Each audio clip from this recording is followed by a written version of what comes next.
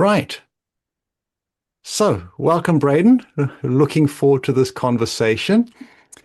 And maybe we kick off. We've just had a lovely exploration of what we're going to be talking about in this conversation along the theme of hope and agency and hope versus active hope and all of these things.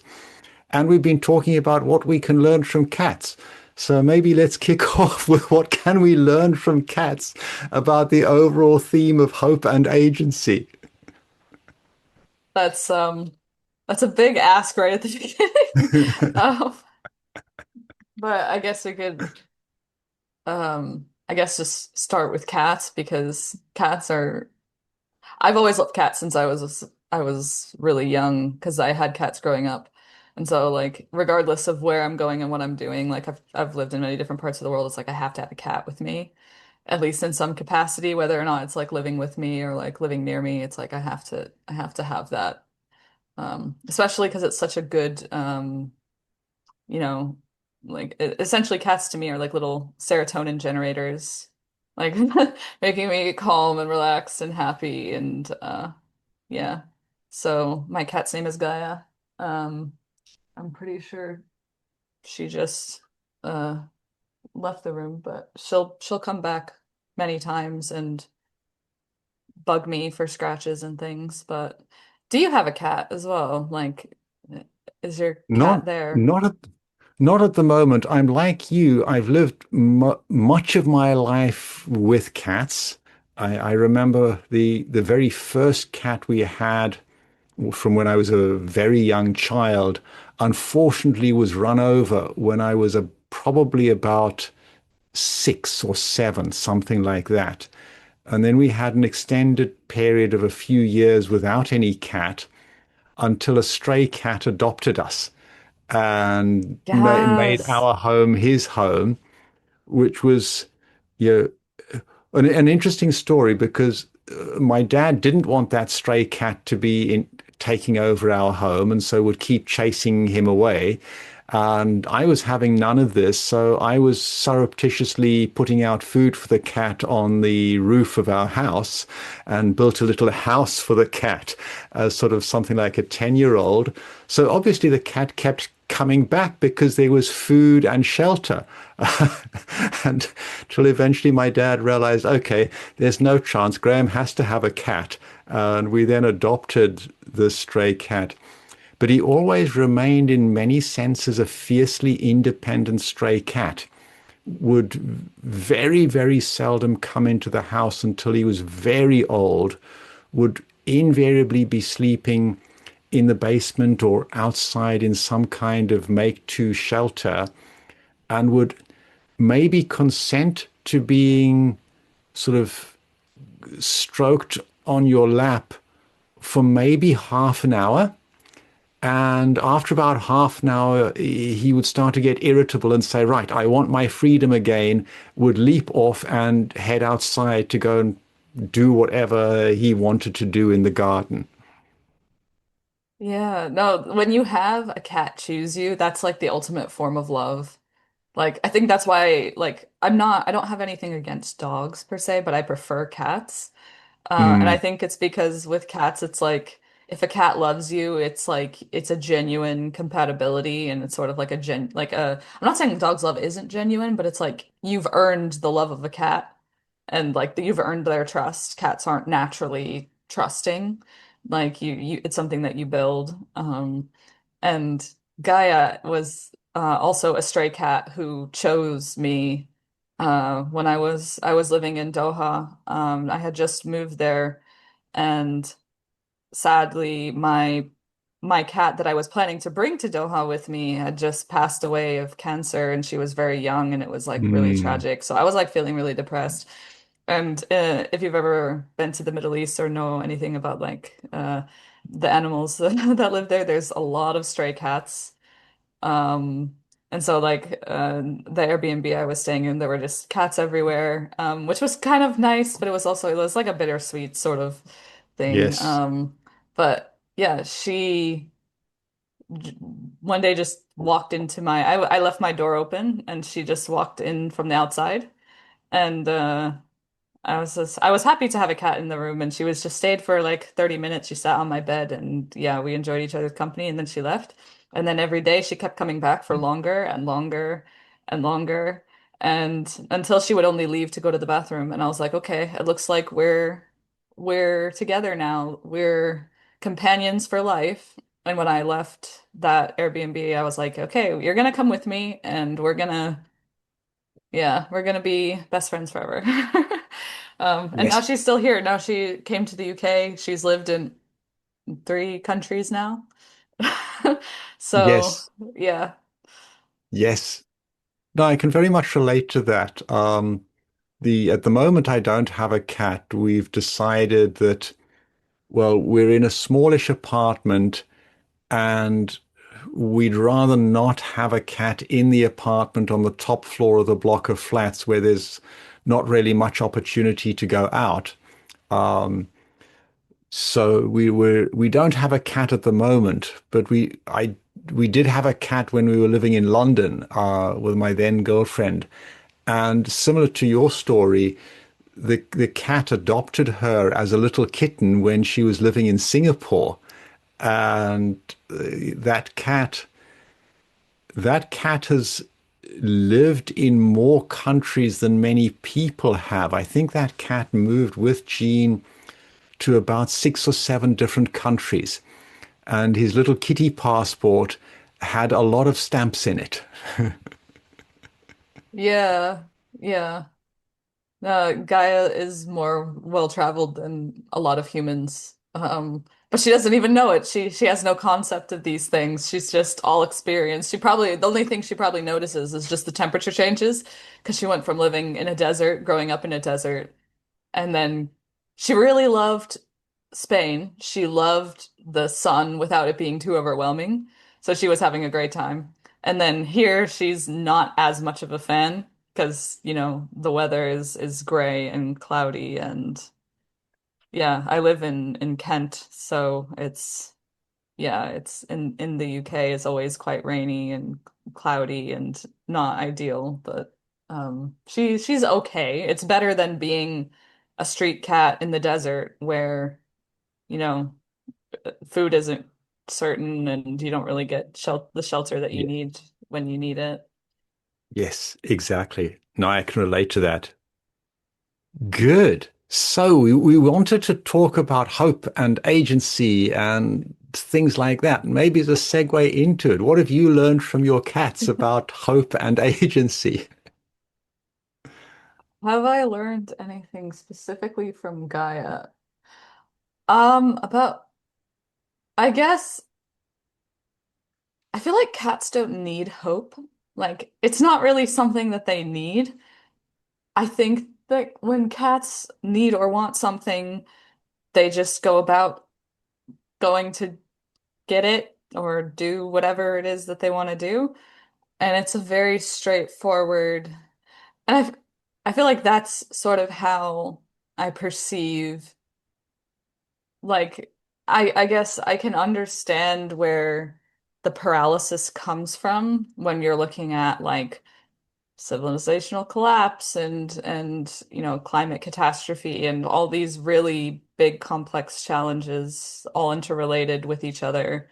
So it's like you get paralyzed due to anxiety and that anxiety just comes from overthinking it, like allowing sort of those feelings to, like, you kind of just want to curl up into a ball and hide, like in under the covers of your bed and just be like, oh, maybe if I take a nap, it'll go away. Um, but it's almost just like, well, what else is there? Like, what are you gonna do? Like, let's say that this is all gonna happen. Like this is all gonna play out the way that it's gonna play out anyway. Mm, So the ultimate question is like, what are you gonna do with your time? What are you gonna do with what you do have?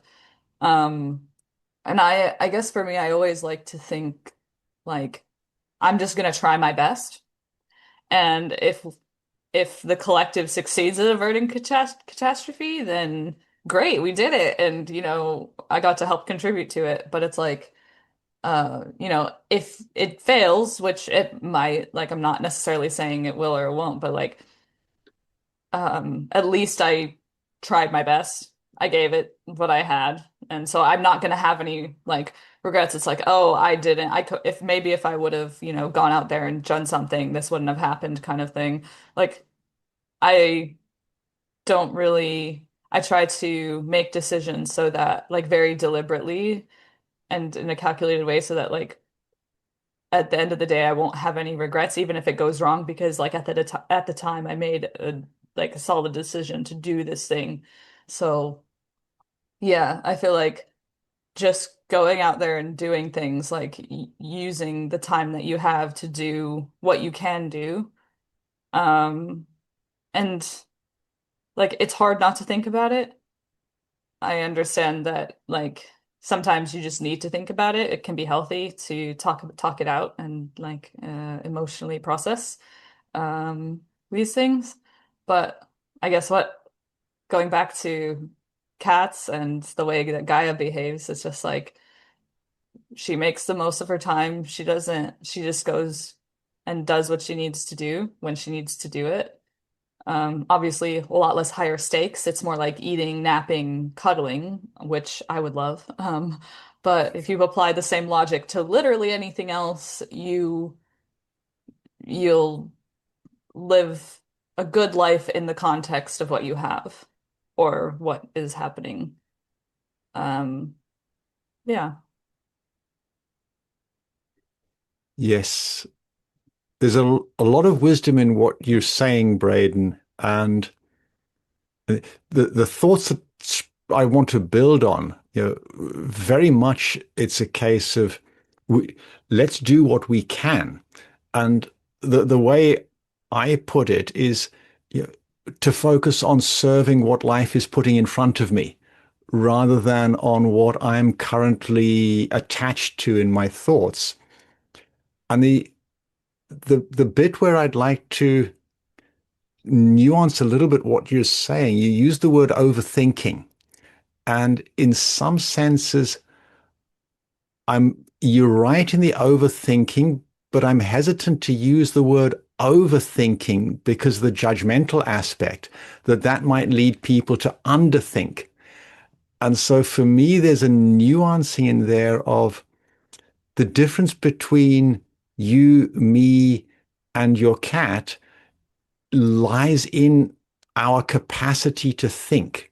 We're much more able to remember back through all of the things that we've experienced in our life, and more importantly, to play out different scenarios of how the future might evolve.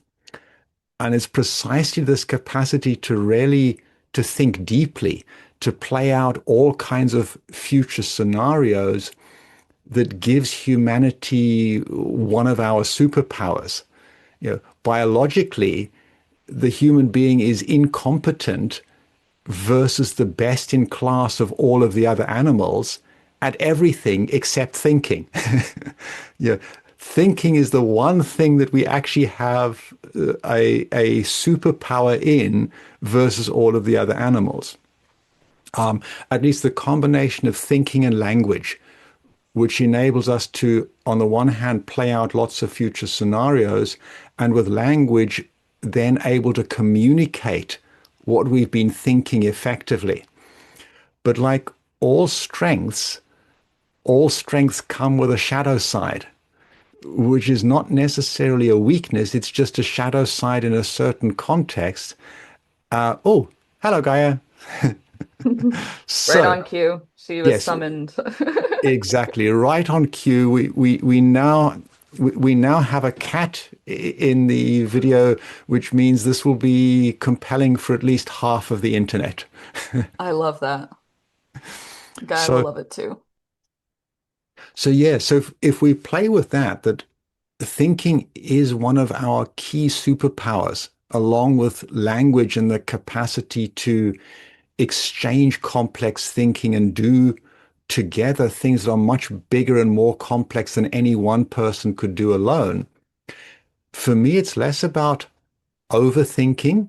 It's more about becoming trapped in one train of thought rather than recognizing all of the other trains of thought. And so, and this is something that I have battled with all of my life, is this tendency to become attached to one train of thought, one forecast of how the future will evolve, and take that as absolute reality and not see all of the others. And that's where I found helpful the what I call hope as an attitude or hope as a stance, regardless of how I feel, because of the train of thought that I've attached myself to, even if I'm feeling despair, to act as if I felt hopeful. In other words, do the same action that I would do if I felt hopeful, even though I feel despair. And you you found just before we started recording a definition of active hope from Joanna Macy, and you've also been talking about agency. So I'm curious to maybe it would be good to give the definition of active hope that you found and give a bit your perspective on agency. Yeah, but just to acknowledge what you said about overthinking as well, like, yeah, you're totally right about like that maybe was not the best word to use. Is like I would say the thing I wanted to avoid that I think we should avoid is more like catastrophizing and like Mm. paralysis, like choice paralysis, or allowing sort of the feelings of overwhelm to make us stagnant or not stagnant, like immobile. Yes. Um, yeah. So yeah, no, I totally agree with that. Like that phrasing that was a bit inarticulate, but um in terms of the word hope, I've always like shied away from, I think, because I always found it to be um a very passive word. Which I guess is what prompted Joanna Macy to reframe, like to create like this term active hope. Mm. Um, I guess the way that she talks about it is about going like instead of passively being optimistic about something, like engaging with hope through action toward like taking steps to work together to solve challenges, address them, facing the reality that we face, and then taking concrete steps to address issues. So like it's sort of experiencing hope through your own agency.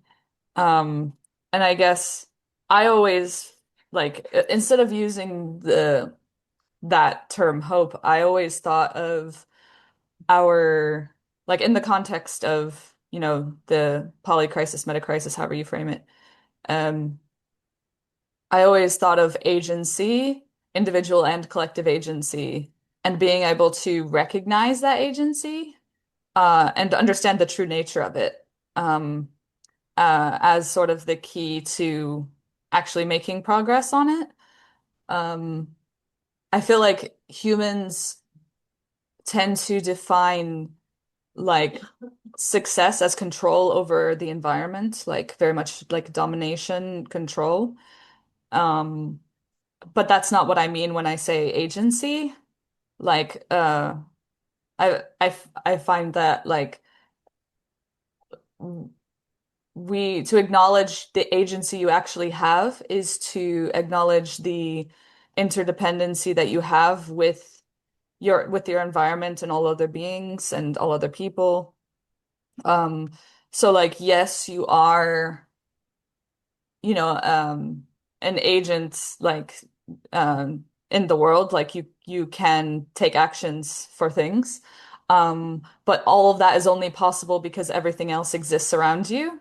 And take away certain factors and suddenly you can't exist.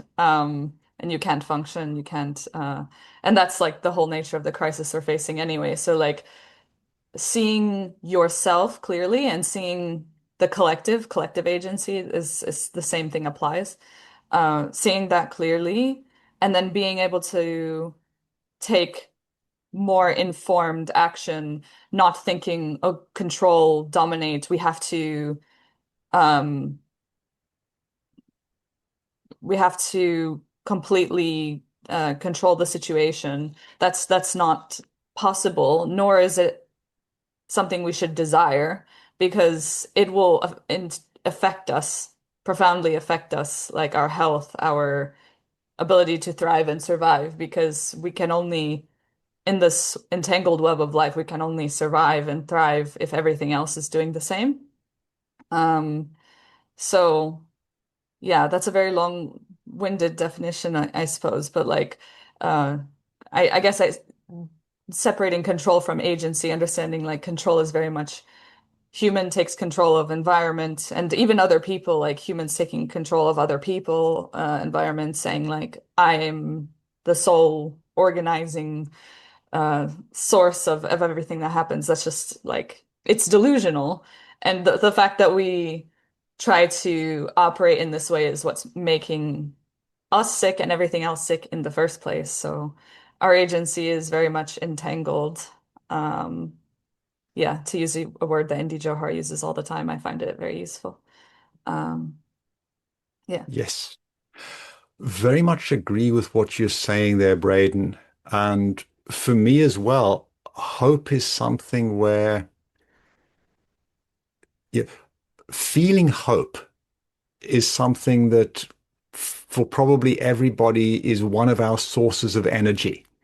And it's one of then the things that can help us have more agency or more energy, at least, to express our agency and more capacity to recognize our agency.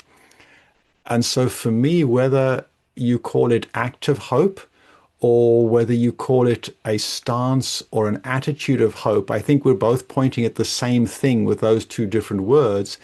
It's about saying it doesn't matter whether I feel hopeful or not. Even in my deepest despair, I actually have the same agency. Whether I feel hopeful or despair doesn't change my agency. The agency is what it is. So let me still act with the full agency and not let my feelings of despair, absence of hope, shrink my agency down to a point where I incorrectly imagine that I have no agency.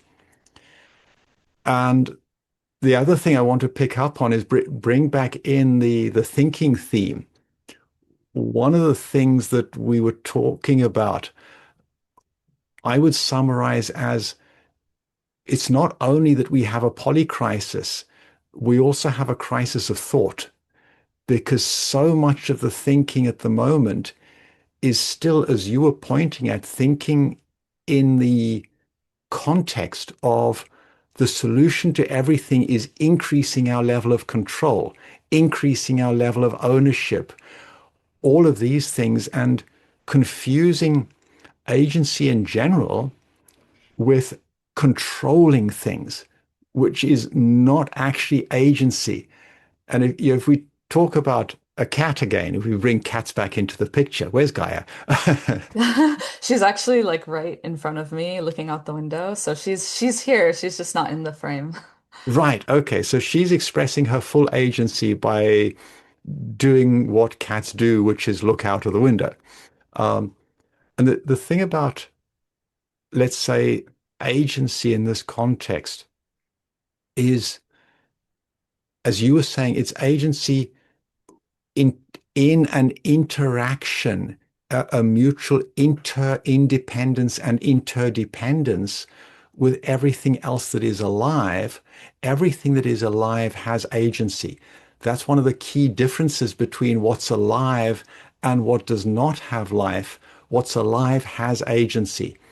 Whether we're talking about an individual amoeba has agency, an individual cell in your body has agency. That agency is always an agency in the context that it's in interaction with everything around it. So an amoeba in a pond has a different scope and quality of agency to, say, a neuron in your brain, but the neuron is not controlled by some master mechanism of the brain that individually controls every neuron. The neurons have agency in interaction with everything else. And our crisis of thought, in part, is exactly what you were saying, this false thinking, this false belief that the solution to every problem can be achieved through control. When control is the cause of the problem, excessive, unhelpful control is the cause of the problem, then control is not the tool to get you out of the mess again. Rather, giving up control, stepping into agency is the solution. And that's one of the big things that you and I have talked about as well, which is what we're doing in terms of incorporating companies so that the collective being, the superorganism that we legally codify through incorporation, which incorporation declares it to be a person. But then we go about setting up a governance process that removes agency, that treats the company as if it's the property of the investors to be controlled by the voice of financial capital. And it's precisely removing the agency from the company that prevents companies from doing what humanity and life needs companies to be doing, which they can only do if companies cease to have their agency removed through a dysfunctional apartheid style governance, and the collective being has full agency. After all, the whole reason why companies exist, as Peter Drucker said, organizations enable us to do things that are beyond the capacity of any individual human to do. Companies are a superorganism and have the same relationship to individual human beings as an individual bee has to a beehive, or an individual neuron has to an entire brain. So, I'm curious what your thoughts are if we extend the concept of hope and agency now from individual human beings to collective human beings, especially collections of human beings that are legally recognized as a superorganism called a company. Yeah, yeah. I've been thinking a lot about collective agency over the past few years and like what that not only what does it look like now in sort of the current paradigm we're in, but what could it look like if we sort of reorient our um, thought processes, our perceptions of our relationships to each other and to the environment. Um, I think one of the issues with the type of like a collective agency that we have now is the way that so like a company is a form of collective agency. It's like a group of people coming together, but the governance mechanisms don't fully reflect the collectiveness of the organization as a whole. Like as you were saying, it's like a very select few, whether it's the CEO or shareholders or whoever's at the top of the hierarchy, like that's where the sort of control domination sort of mindset comes in. And the full agency of the entire collective is not enabled, it's not empowered. Um, you have, uh, you talk about the way that you organize companies and the sort of how to um, increase the collective agency of the entire organization, like from you have like a standard company at one end of the scale, and then the fair shares commons at the other end, where it's like a fully decentralized governance mechanism where everyone has the same uh, agency within the context of the collective, and that agency is recognized. It's not swept away or um, it's not diminished by those who think they want to control others. So um, I think that. when we create these governance mechanisms, whether it's in a company or even something like a nation state, where you can have different forms of like democracy is more so recognizing agency than something like an autocracy.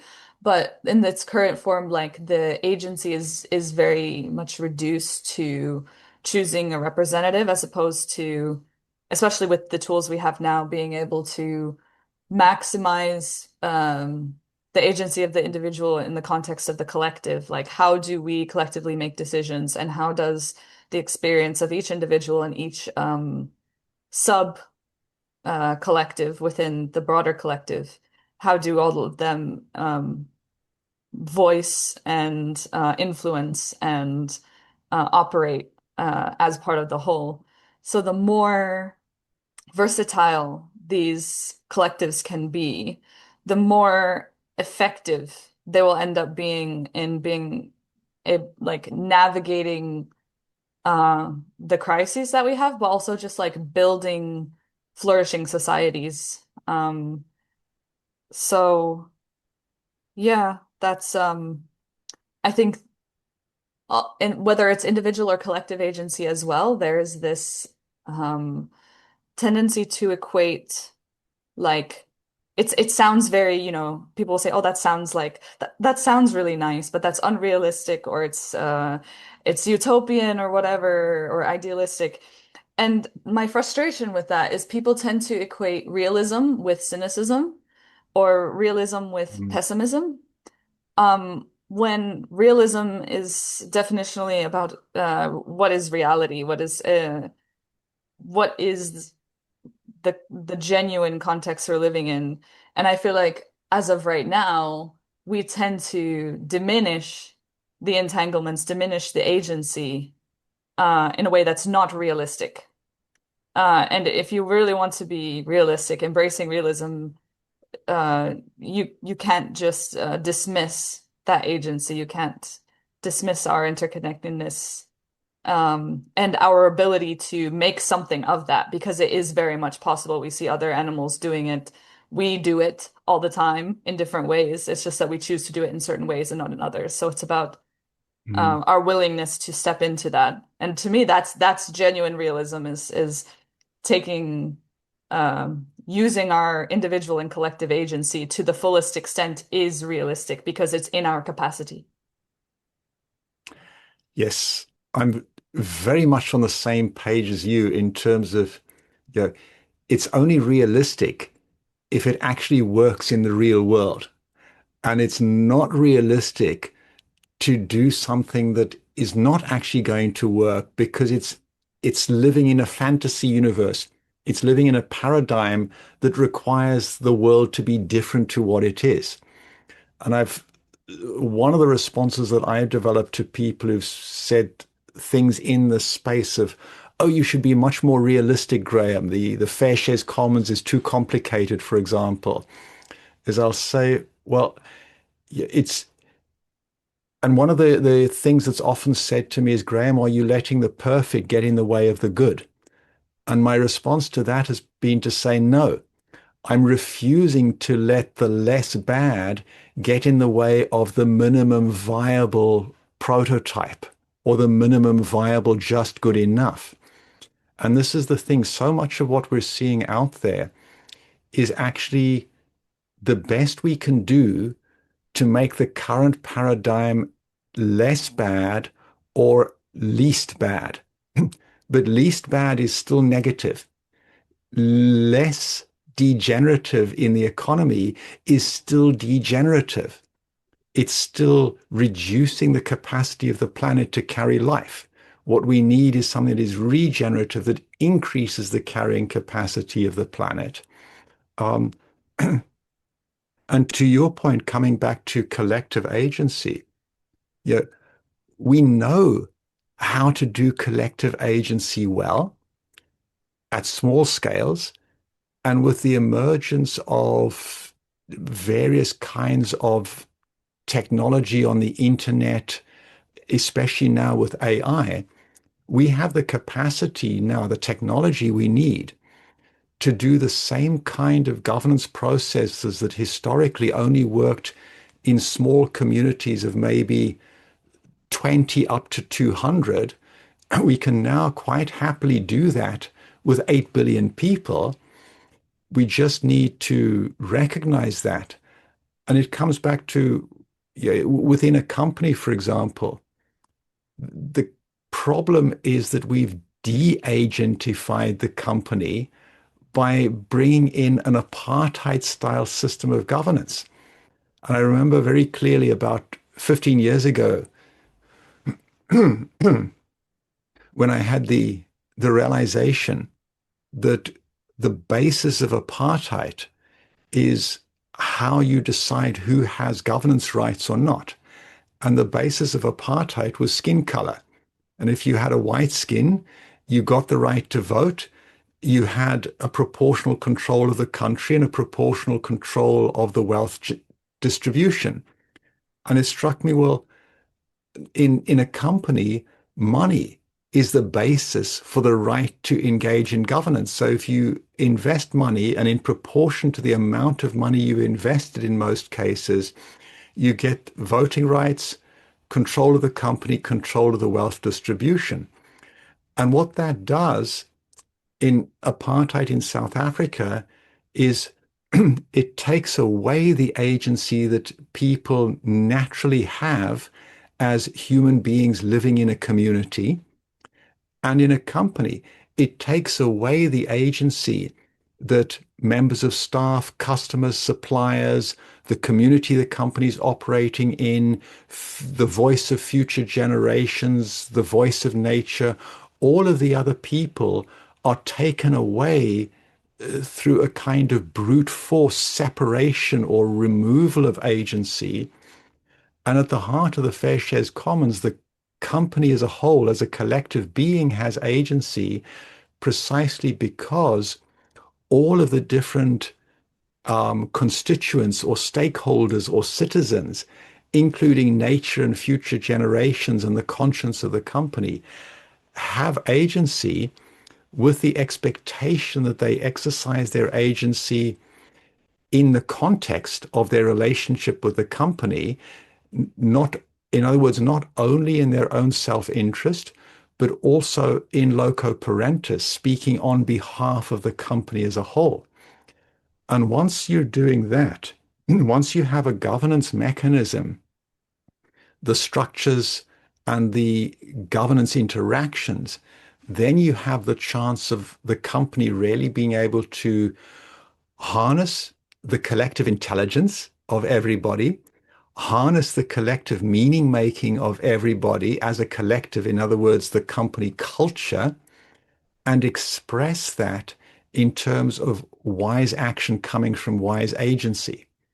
And then we have the possibility, as we said, a company, an organization exists to do things that are beyond any individual human being. We really need companies and organizations to stand up and do the regenerative task we need. It's beyond any individual. Nothing that any of us does at home is can be big enough to make the difference. We need certainly all of the actions at home and at a company level, collective agency, at a national level, collective agency, at multiple layers above that, like the collective of the EU or the collective of Latin America or the US and China and India. How does that land with you? What thoughts does it trigger? Um, it brings me back to COVID, like sort of the very beginning, like first year or two. Um, I just remember at that point in time seeing so many opportunities that I like the fact that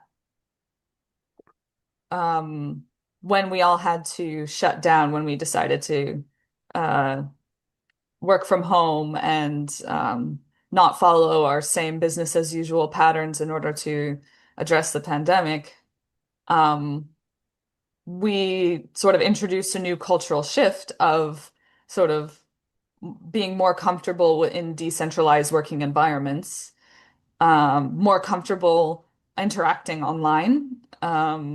I would say more so like younger generations already sort of had that inclination, but now like older generations were getting more comfortable collaborating in groups online as opposed to in person. But also the introduction of AI, AI as a tool, you can use a knife to butter bread or you can use it to stab someone in the back. So, in terms of uses of AI, like being able to synthesize large amounts of information of complex input from many different people in many different languages, um, that to me, like seeing all of those things sort of um, emerge out of like like the way society was moving and how things tended to play out. I actually felt that was a situation where I actually felt hopeful, where I was like, especially considering that people would have said it would be unrealistic to just sort of have everyone stay home for a really long period of time and not go to work in order to address, something like this. But we decided to do it. We did it and we survived. Like, or rather, that's a Mm. poor phrasing of words, actually. Um, like, we, um, our society continues, in a sort of evolved, slightly evolved form with a bit more in a sort of professional context, a bit more comfort with decentralized working and distributed teams and these things, which I think is a really good step forward to being like increasing our capacity to actually organize ourselves in the way that we need to be organized, and enabling people to use agency that otherwise would have had it denied or diminished. Um, so I feel like when I think about that, um, I guess my frustration is the fact that it's almost like there's been this, at least in my perception, sort of reactionary tendency to go back to like in the workplace situations, like people are like the sort of return to office, return to like Mm. it's almost like and the way that I perceive it is more about the control of the hierarchy. I feel like um heads of companies don't feel comfortable not being able to monitor and see like what everyone's doing, have people in their sight to be able to manage and whatever. Um, but people are more effective working at home. They're happier working at home. There's a lot more flexibility. Some people like to go into the office, which is good, but and it's good to have that opportunity to socialize and collaborate in person because in-person work is also very critical. Um, but it's like, why sort of roll back like that momentum, that discovery, where it's like each company, organization, team has a way that it works best. So why not embrace all the different ways that people can organize? And why not use those different methods to create new forms of governance and organizing that would have we would have dismissed before as being unrealistic, but Mm. are now perceived to be more within the Overton window of what's possible. Um, and since then, I've been embracing that. Like I've almost, I don't want to say built, but gradually, like I've I guess built an entirely new career for myself without having to rely on to a certain extent, place is important. Like being near London has been very good for my career, but I'm not in a specific company, but I'm able to through, organizing online meetings and joining online communities where people come together around shared ideas, be able to connect with people and also connect other people with each other. Um, and that really does make a difference. Um, yeah, I feel like I just went all over the place, but You, that's where you my brain did, went. but I think it's important, and we've ended talking about COVID and just how effective it is now with the tools we now have available, like Zoom that we're using right now, to be able to expand dramatically how we do our work so that we can do the best work we can in the way that best suits us as each unique individual. And one of the key practices that we have with all of the startups we build and inside the company ourselves is to look at what's my unique nature and in what context is my unique nature best able to express its essence.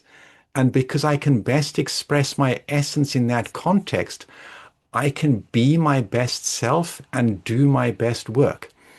And so if somebody does their best work a kilometer underground in the dark with a steady supply of pizzas and an internet connection, and people who are listening to this will know, you will recognize yourself if that's you, then let's find a way of getting you a thousand meters underground with an internet connection and a steady supply of pizza.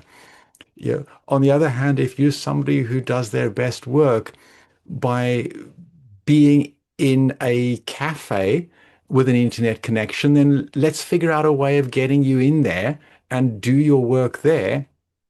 And yes, there are times when we will need to, each of us will need to make some compromises on where we're our best selves because we now need to actually come together and talk to each other. So if you're an introvert, you might need to put in a bit of extra effort and energy that drains you of energy and where you need some recovery time afterwards to get your batteries recharged. But you can come together for a day or a week in a series of meetings where we all come together. Equally, though, we run those meetings with a very disciplined structure where you don't just talk over anybody else. And where it's important, you don't start speaking until the other person has audibly said, I have finished speaking, to ensure that the introverts who think and then speak are not prevented from doing any speaking by the extroverts that can only think while they're speaking. So, and that's a strain for the extroverts. It's a strain for the introverts, but you can do that for a limited period of time. What's an absolute disaster is in this return to work mandate, trying to imagine that everybody can be their best selves and do their best work by doing exactly the same thing. And it comes back to how you started that ramble through the territory, which is you gave the example of you can use a knife to spread butter or you can use a knife to stab somebody. And it struck me, yes, but only if you're using a generic knife or using a knife for the wrong purpose. Because a butter knife, which is designed for spreading butter, doesn't have any sharp edges. It doesn't have a sharp point. And it's really, really, really difficult to use a butter knife to stab somebody. You can pretty much only use it to spread butter. And this is one of the problems we have. Not, not many people have a large enough set of knives that they have exactly the right knife for every single purpose. In fact, I don't know if we have any butter knives at home. Because I I will hope that doesn't mean you stab people more often than you butter bread. that's very true. That's very true. Um, and given the amount of butter I consume, if I was stabbing people at the same rate that I spread butter, then we would certainly not have 8 billion people on the planet today. Noted. Yeah, good, good. Like that old saying of beware Greeks bearing gifts, maybe we should develop a new one of sort of beware boys carrying butter knives. I love that. Yeah, no, design is very, very important. Um, and in the same way, like I really resonated with what you were saying about sort of having not relying on a cut and paste prescription of what everyone has to do, or sort of I think that the society that we've built now is overly reliant, especially in the West, on, I would say, excessive individualism. Like, I'm not saying, like, to a certain extent, you need individualism, but you also need to balance that with collectivism. And where exactly that balance has to fall, like, where is the equilibrium? That's something that kind of has to be experimented with and sort of practiced in order to be discovered. But as of right now, the excessive individualism is taking precedence over the collective. And one way you can apply this sort of allowing like allowing individuals and smaller subsets of groups. So you have embedded groups and embedded systems within larger systems and larger groups. Um, Being able to maximize their autonomy in service of the collective.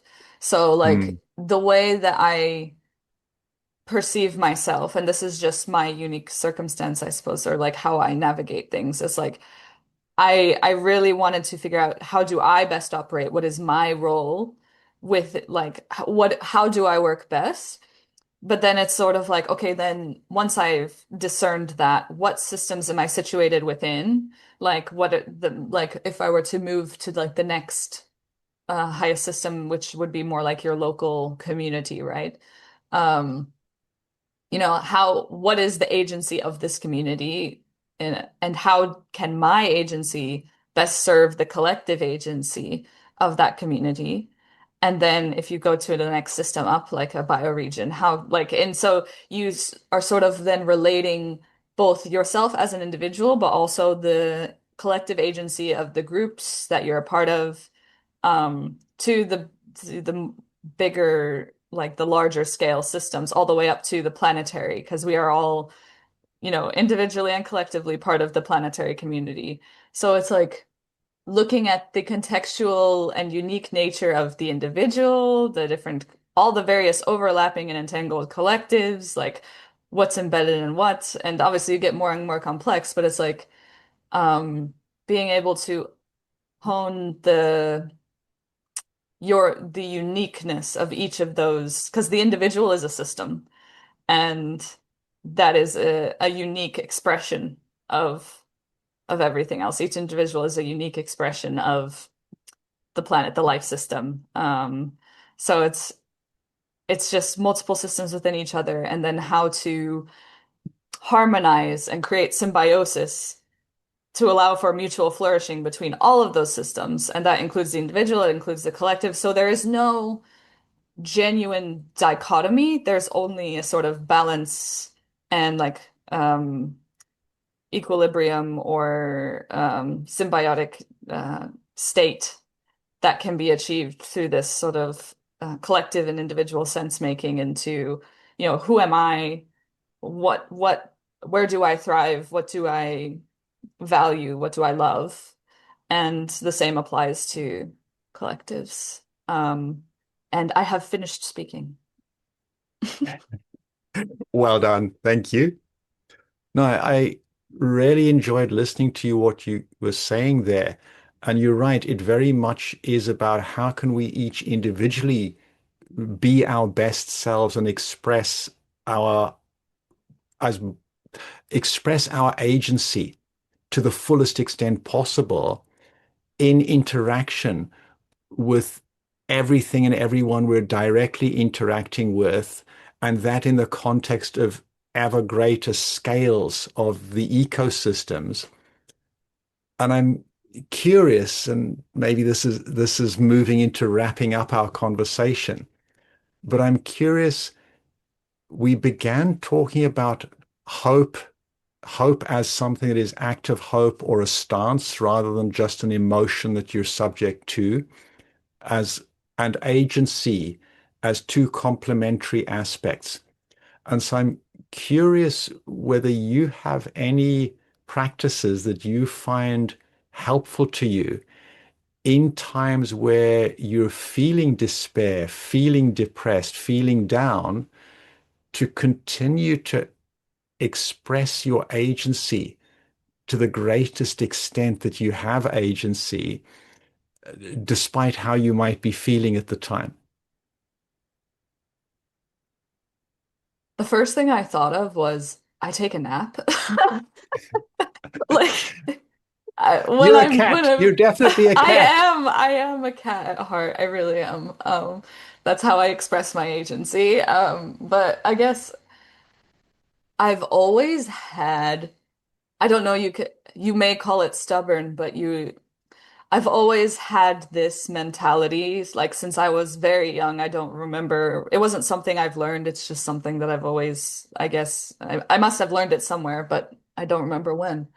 But um, I guess I always think or sort of some subconsciously reason. It's like it's not a matter of if, but of how.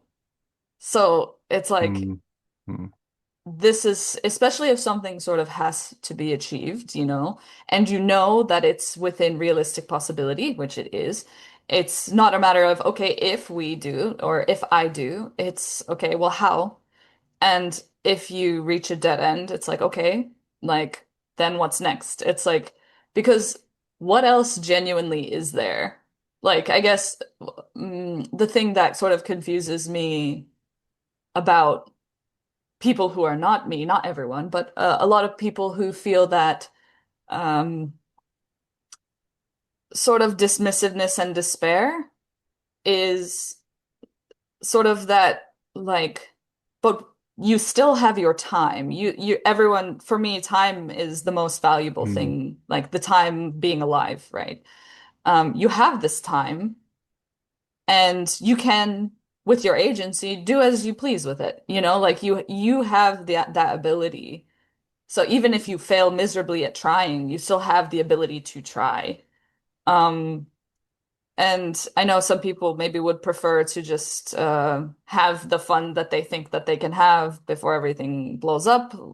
Like I can understand that appeal, but also for me, it's like I would much rather, my preference is to spend my time doing what I can do. Um, because at the end of the day, it's like it's all we have is our own agency, and what we do with that agency is up to us. Like we always have that choice. Um, even I understand that certain people and groups are more privileged than others, and some people are trapped in a cycle of survival. But if you want to be very, uh, how to say, like even very bluntly realistic. It's like we all choose what to do with our time. Like just like putting mm, a blanket mm, statement out there. We all choose what to do with our time. Some of us are more empowered than others in whether or not we're able to use our agency to the fullest extent due to societal inequities and systemic imbalances and these things. But all of us, no one can really take that away from us. Um, and I've always sort of felt that. That's something I've always internalized. Um, it's not something I've ever like I've learned to articulate it because I realized that other people didn't feel that same sense of innate agency that I always felt. And like once I've sort of it's one of my favorite things when I'm able to sort of show people that they have their own agency and that they never like lost it. It's not gone anywhere. It's still there. Um, yeah. And I guess I don't know if there's a technique for that, but it's almost like a thing that it's like when you really sense deep into your own capacity and you realize that you always have that agency with you no matter what. It's like that's the most empowering thing. Like no one can take that away from you, like that's the whole uh, part of like, someone puts you in prison and they're just gonna torture you or whatever, you still have the choice whether or not you submit or not. It's entirely up to you. It's Hmm. it's your it's your prerogative. Um, and that applies to individuals and collectives. It's innate and we all have it and no one can take it away from you. So if anything is a comfort, it's that. And really take it and run with it. Because life is yours to do whatever you want with it.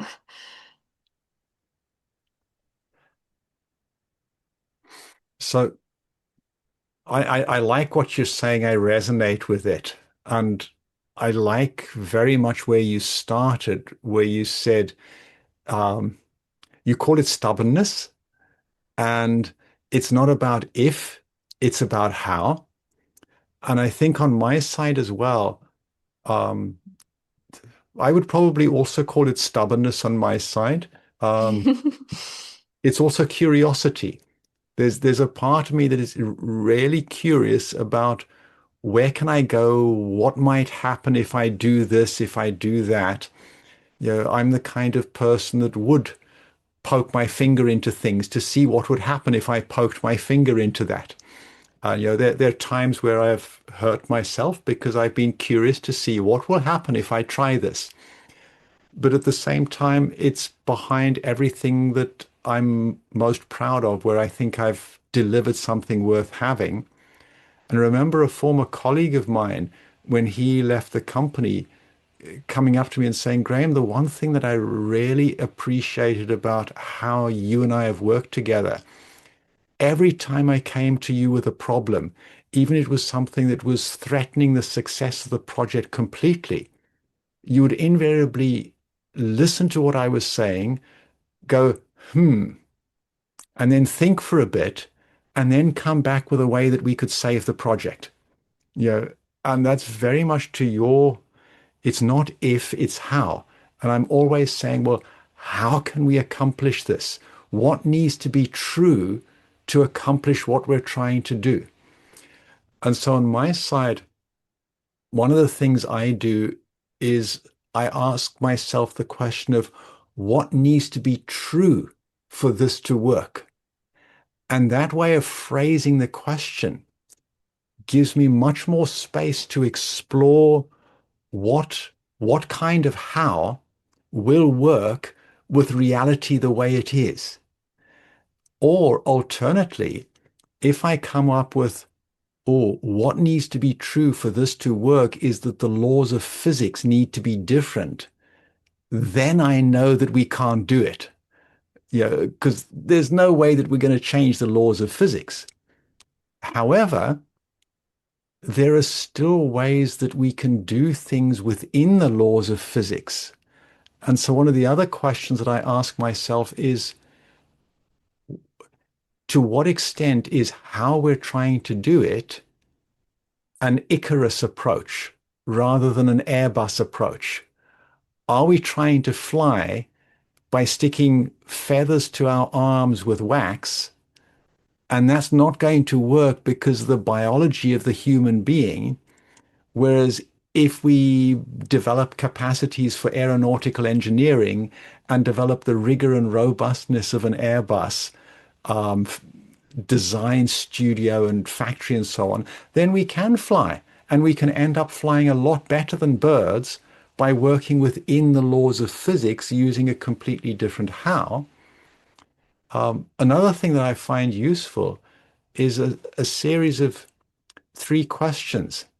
You know, if not me, then who? And invariably that comes back to, well, I have to do what I can from where I am with what I have with the time that I have alive. This is not something to delegate to anybody else, whether I'm delegating upwards to a politician or leader or downwards to somebody. No, if it is to be, it's up to me. And the other one that I like to ask is, if not now, then when? And that's what triggered my decision 20 years ago now to focus on expressing my agency in the best way I could towards developing a regenerative economy, because I realized 20 years ago, well, we've already wasted the first 30 years since the Club of Rome limits to growth predicted exactly the trajectory that we're following on, plus minus a little bit of loose change. And so we wasted the first 30 years pretty much as humanity. We've now realizing that we've pretty much wasted the past 20 years as well. We're still going further over the cliff. And so that, if not now, then when, basically means that we have to start now, no matter when now is. And what I've just said is really old. And I think it's an old Chinese saying, but it's probably replicated in all cultures. Yeah, the best time to plant a forest was 100 years ago. The second best time to plant a forest is now. So again, the best time to have transformed the global economy to one that is regenerative, not degenerative, was 100 years ago. The second best time is now. And that also leads to something else that I remind myself, which is we're in a life-threatening situation. Only it's a slow burn. It's a frog in a slowly warming pot situation. Our capacity to think when we're thinking right means that we have the capacity, we have recognized that this pot is slowly starting to warm, and we recognized that over a century ago. It's 1912 that newspaper headlines carried the message, if we continue to burn coal, we will warm the planet. So we've known for 100 years. Why haven't we acted on this knowledge? And to a large extent, that comes back to we we tend that part of us that doesn't act on thought, but only acts on emotion, says, well, it doesn't feel hot. It doesn't feel dangerous.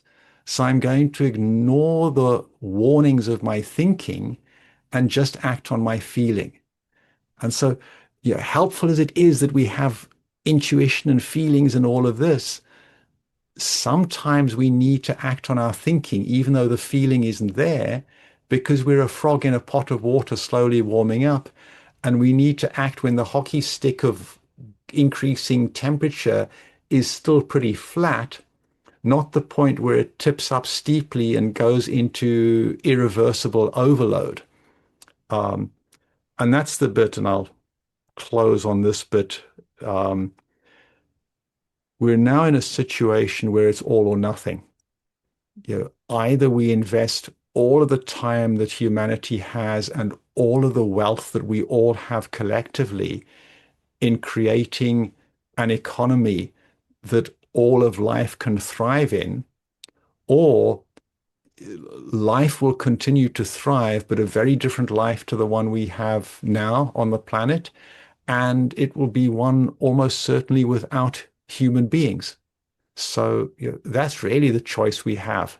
And so if we want to have a good future for ourselves, for our children, this is a time where we commit everything we have, or we don't have a good future.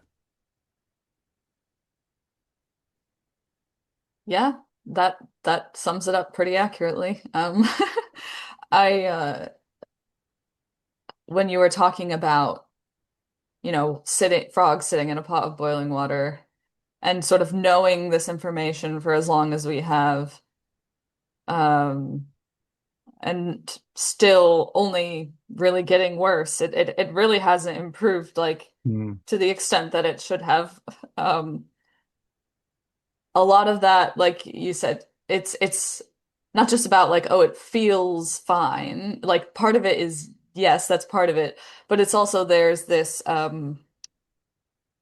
aversion to discomfort, aversion to questioning first principles that you've always embraced your entire life, like who am I? What is my life about? What, like, so many people are like their identities and their sort of um the ability to orient themselves in a way that they feel is coherent is all tied up into this paradigm Mm. that's killing us. And the aversion to discomfort is causing us to do things that are killing us anyway. So it's like you can easily Mm. see this Mm. in individual tendencies. Like you, in extreme cases, you can be addicted to harmful substances, but also just like, you know, people who would rather not exercise because it's not fun and, but people who do exercise, it's a brief moment of sort of discomfort, but then you get the health benefits and all these things. Like the same thing, logic is being applied, like of immediate gratification versus long-term thriving is being applied at the collective scale. And so it's like we know it's possible as individuals to it takes work and it takes like dedication and people will often fail and have to try again to address really toxic habits that cause them and others pain and Mm. suffering. But it is something that we can do.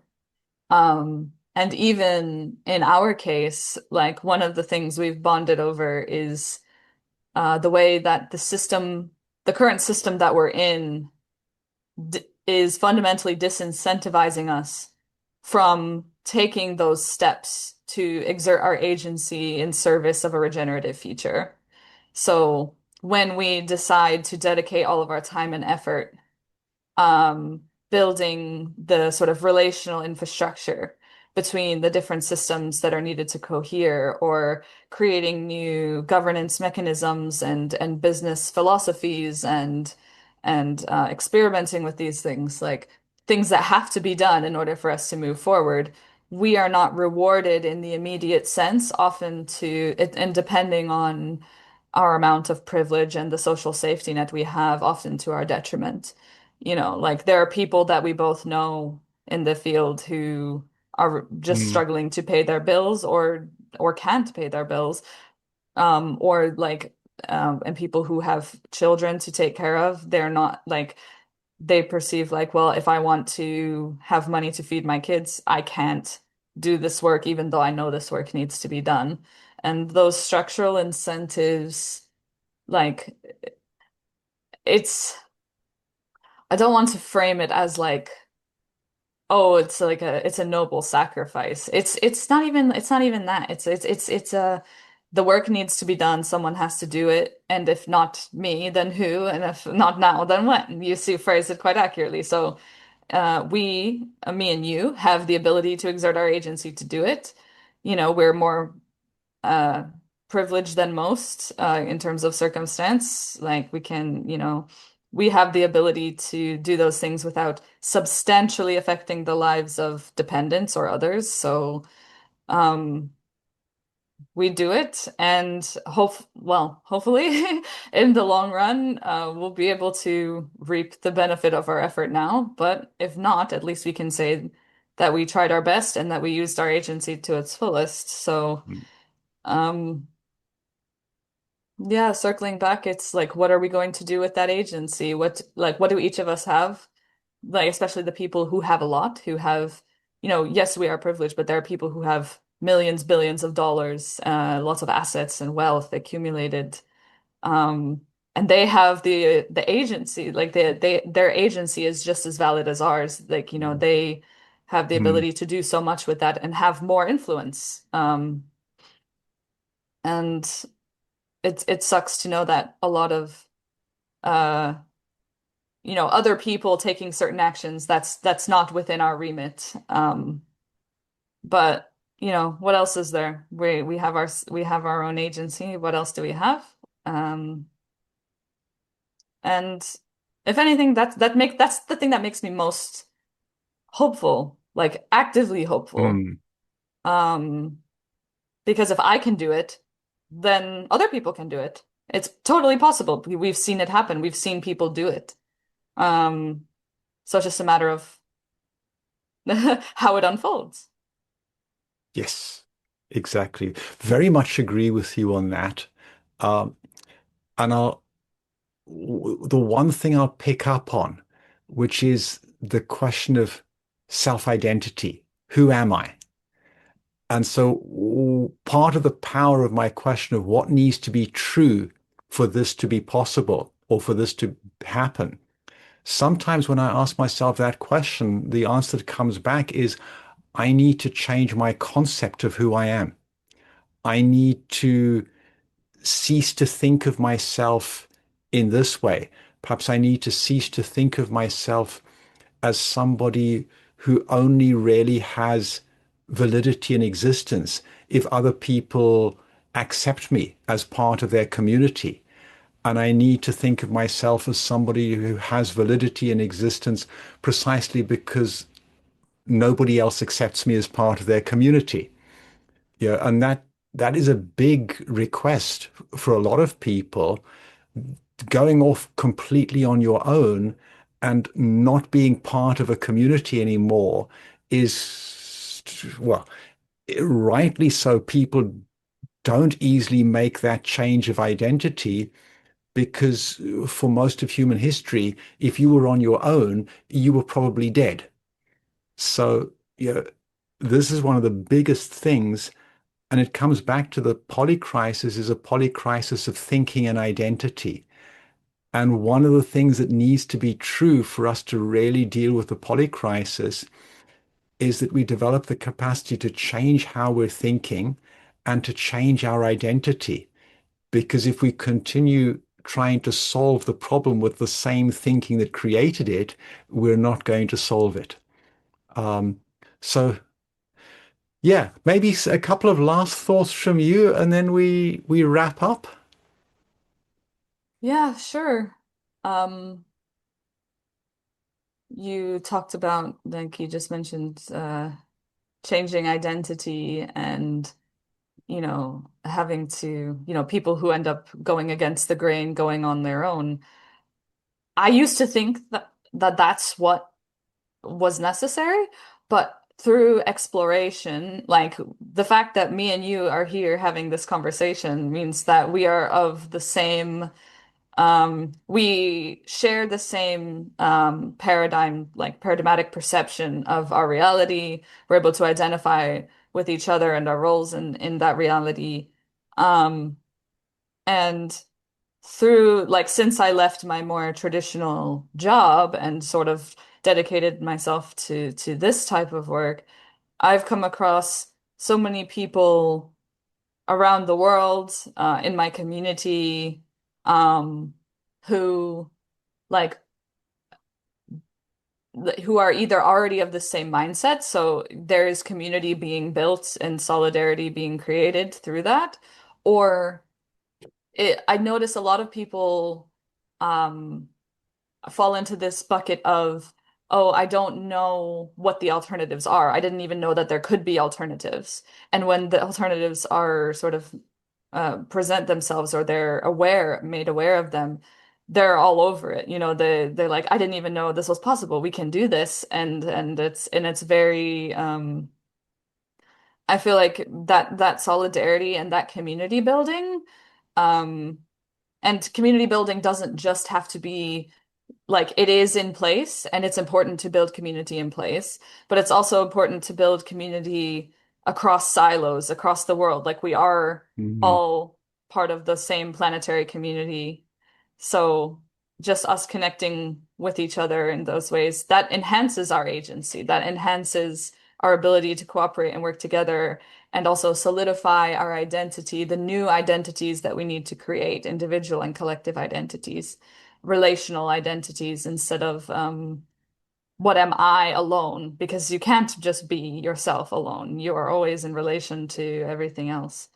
Um, so that's like what keeps me going now. I used to feel like just so uh pessimistic before I entered this space and joined all these communities and met these people. It's like it's through our collective agency and being able to do these things together that there's the most active hope, I think. Mhm. No, I agree with you on that. And that also leads to something important, which is that everything we're saying is context dependent, and that Mm, includes time dependent. The point where I 20 years ago, where I left P&G and decided to focus everything I have, everything I am on regenerative, there were none of the groupings that we see now except just one or two, like 350.org and so on. Whereas now we have lots more groupings. So what might have been necessary for me 20 years ago is no longer necessary for now. But there are things that need to be done now because a lot of what's still happening is still in the same old thinking and can at best just be less bad rather than actually truly minimum viable good enough towards a regenerative economy. So there's still a need for people to say, no, I'm not going to do this old way of dancing. I'm going to create a new way of dancing, go off and create the new way of dancing. And then you have the first follower that comes in, and the second and third, and eventually the entire group of people on the side of the mountain is dancing in the new way rather than in the old way. Wonderful. Braden, I've thoroughly enjoyed this conversation. This has been delightful, as always, talking to you. I enjoy the way your insights and my insights bounce off each other. Um, how has this been for you? What are you taking out of it? I'm always happy to talk with you. Yeah, I think that it's always just really nice to um just sort of go on conversational adventures and just like sort of explore, where our minds go when prompted with a starting point. Cats. Cats Yes. and agency and the agency of cats. Um and now we end up here, which I think when people who, are working on these sort of paradigm shifts come together in conversation, it always tends to go back to first principles. And I really, Mm, really like that because it's very grounding. Because it's like mm, no matter where you start, you always sort of come back to those grounding principles of your reality, and it's the alignment. Um, so I always just feel like when we have these types of discussions, more centered, more agentic, being empowered, being able to navigate reality more effectively, and knowing that like in our collaborations together, me and you, it's like we're far more effective together in that shared reality and in our shared agency. yes, exactly. I appreciate that. And you're spot on in that summary. We have far more agency collectively than any of us does individually, which is the whole point of incorporating, forming organizations is to maximize collective agency. And we each individually have all of our agency, regardless of whether we're feeling hopeful or not. And so, if we engage in the world from a stance of hope, independent of feeling hope, if we work from active hope, again, we individually have much more agency. And it's all multiplicative. 100 people with 100 units of agency is 100 to the power 100 in terms of collective agency. It's not 100 times 100. Yeah, that's very true. And so, Wonderful. like, the possibilities are endless, essentially. Yes, exactly. Wonderful, Braden. Very Thank much you so appreciate much. it. Yeah, thanks so much for talking with me. And I'm sure we'll have another one of these conversations soon. Yes, we definitely will. I look forward to that. Cool. Right.